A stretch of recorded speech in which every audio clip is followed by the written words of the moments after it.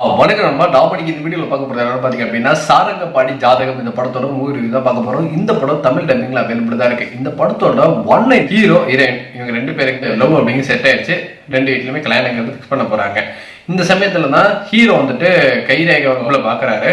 அவர் உடனே இந்த கைரேகை வந்துட்டு நீ ஒரு மர்டர் பண்ண போற அப்படிங்கிறதுக்கான ஒரு ரேகை வந்துட்டு இருக்குங்கிறாங்க. இதனால ஹீரோ வந்துட்டு கல்யாணத்தை கொஞ்ச நாள் தள்ளி போடலாம் அப்படின்னு இருக்காரு. ஏன்னா உடனே கல்யாணம் ஆகி இவர் யாரையா போய் கொலை பண்ணிட்டாருன்னா அந்த பொண்ணு வந்துட்டு ஒரு கொலைகாரம் பொண்டாட்டி அப்படின்னு வந்துட்டு சொல்லிடுவாங்க.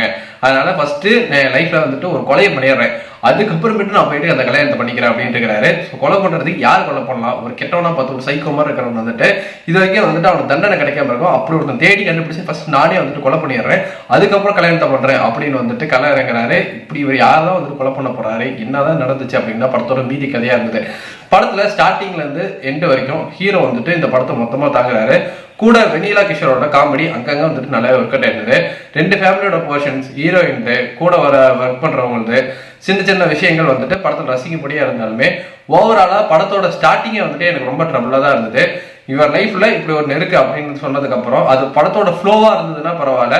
ஹீரோ யாரை கொலை பண்ண போறான், அவனுக்கே அறியாம ஏதாவது நடக்க போதா, இல்ல ஜாதகத்தை நம்புற ஹீரோ இவன் லைஃப்ல எப்படி சேஞ்ச் ஆக போகுது. ஹீரோயின் வந்துட்டு இதெல்லாம் நம்பாத ஒரு பிராக்டிகலான பொண்ணு.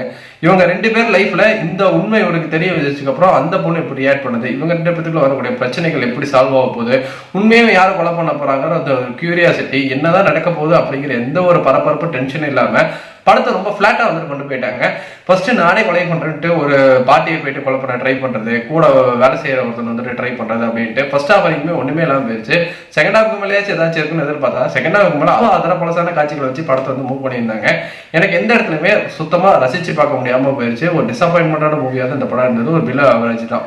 நீங்க இந்த படம் பாத்தீங்கன்னா உங்களுக்கு எப்படி போச்சு நம்மளோட கமெண்ட் செக்ஷன்ல தட்டி விட்டுருக்கேன். நன்றி.